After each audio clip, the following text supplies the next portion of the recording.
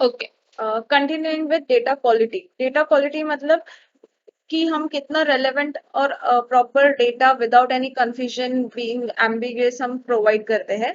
So that property is called as cleansing. So what are the issues in data cleansing? Let us see.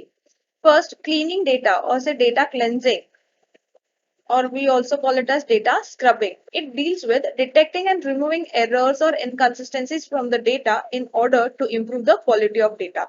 मतलब कोई भी error है data में, कोई भी minute mistake है, inconsistency है, inconsistency मतलब if single data का multiple copies are existing, ऐसा हो सकता है कि hardly कुछ copies update हुआ हो, original copy update हुआ है लेकिन replicated copies are not updated, so that really relates to inconsistency की डेटा एक टॉपिक के रिलेटेड दो अलग अलग फॉर्म ऑफ डेटा एग्जिस्टिंग है। सो ये सब चीजें जब हम रिजॉल्व करते हैं, that process is called as data cleansing. And when you clean it, when you keep all the copies updated error free, then that data becomes a good quality data. So data quality problems are present in single data collections such as files and databases due to misspelling during data entry, missing information or other invalid data. So ये dirty data है, quality खराब क्यों होता है? कभी spell error हो गया, कभी आधा अधूरा सा इंफॉर्मेशन लिखा, या कभी इनवैलिड डेटा लिख दिया बिकॉज कुछ नहीं मिल रहा था तो उसके रिलेटेड कुछ भी डेटा हमने स्टोर कर दिया है।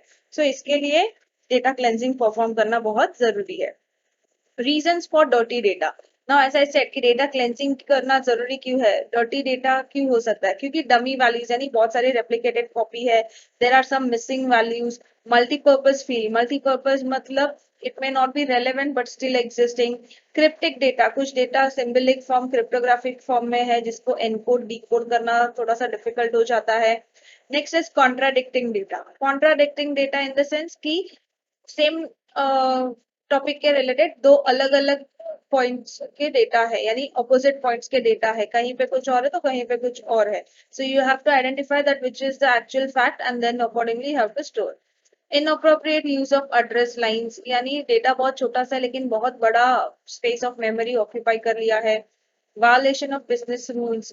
Violation of business rules in the sense कि हमें कौन सा डेटा कितना चाहिए, कहाँ तक स्टोर करना है, वो सब फॉलो नहीं हुआ है। Reused primary keys. Reused primary keys in the sense already वो कहीं पे प्राइमरी की है लेकिन उसको बार बार बाकी सब टेबल्स में भी सेम वे में यूज किया गया है, so unnecessary it is occupying that space. Non unique identifiers, जैसे कुछ पता नहीं रैंडमली कहाँ से कौन सा डेटा स्टोर किया है, क्यों किया है। And data integration problem. Integration is because of all this confusion it is not possible to integrate data correctly, so हम रैंडमली कहीं पे भी कुछ भी जोड़कर रख देते हैं। सो इसके लिए क्लेंजिंग करना जरूरी है because only then you can have quality data from which you can actually derive information. So data cleansing is nothing but जो हमने ऊपर देखा डर्टी डेटा का जो प्रॉब्लम्स होता है वो रिजॉल्व करना होता है। It is very important because correct address पे वो करेक्ट डेटा मिलना जरूरी है, करेक्ट टॉपिक मिलना जरूरी है। सो उसके लिए काफी सारे सॉफ्टवेयर यूज होते हैं for data cleansing. What are the steps? First is parsing. Parsing मतलब to just to go through individual data located in the source files की प्रॉपरली जिस लोकेशन पे है लिखा है उसी लोकेशन पे वो डेटा अवेलेबल है या नहीं, प्रॉपरली अवेलेबल है, आधा अधूरा इंफॉर्मेशन तो नहीं है, वो सिर्फ चेक करना जाके। So that is called as parsing. Next is correcting. Correcting matlab sophisticated data algorithm and secondary data sources are used for correcting individual data components.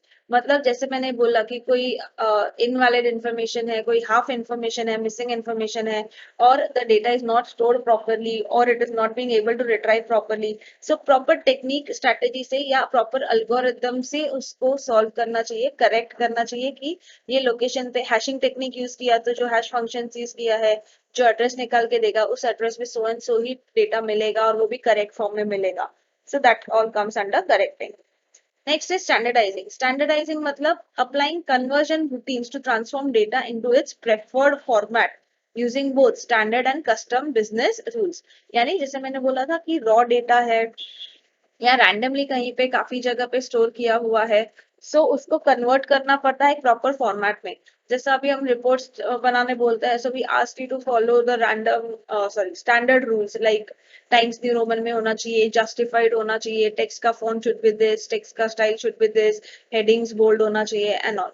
सो वैसे ही डेटा को भी हम प्रॉपरली फॉर्मेट में स्टोर करते हैं जैसा नीडेड होता है डेटा वेयर हाउस में, प्लस जो स्टैंडर्ड रूल्स भी फॉलो करें और जो बिजनेस ऑर्गेनाइजेशन जिनके लिए हम बना रहे हैं उनको कैसे फॉर्मेट में चाहिए वो भी फॉलो करें। Matching.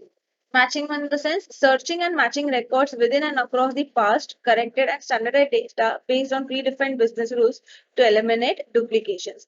कि ऐसा नहीं होना चाहिए एक टॉपिक का डेटा एक से ज्यादा मेमोरी स्पेस में अवेलेबल है, तो जब हम सर्च कर रहे हैं तो उस लोकेशन पे वही डेटा अवेलेबल होना चाहिए और एक ही कॉपीज उसका एग्जिस्टिंग होना चाहिए।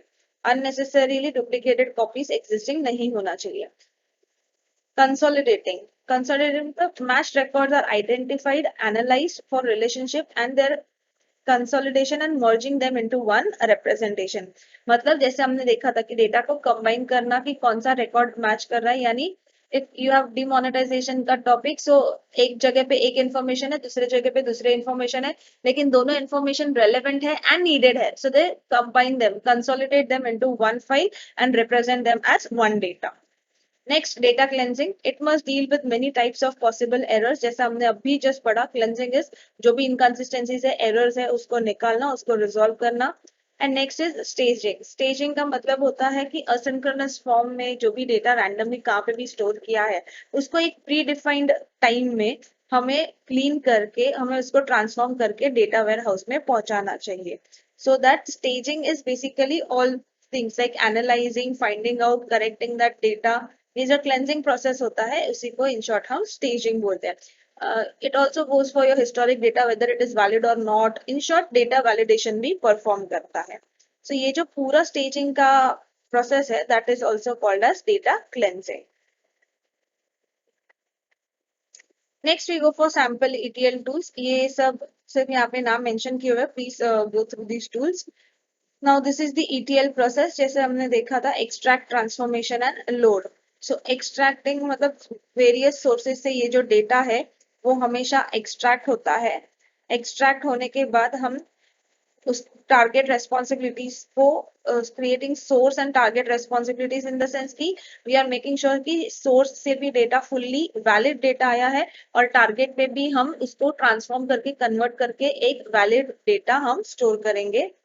एक्सट्रैक्शन में आता है डेटा क्लेंजिंग एंड प्रोफाइलिंग। जैसे हमने देखा था क्लेंजिंग पता है, प्रोफाइलिंग इज उसको प्रॉपर ऑर्डर में मेंटेन करना, सिमेंटिक्स उसको एक लुक एंड फील देना।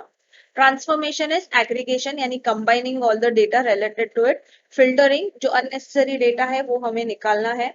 Joining, sorting. Joining again is to combine. Sorting is to put it in proper order.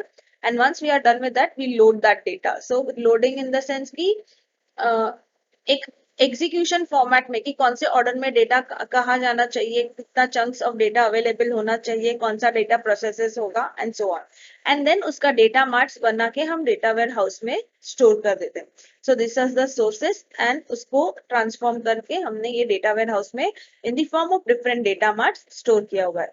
So this is the simple ETL process. Please go through it correctly. In case of doubts, please let me know.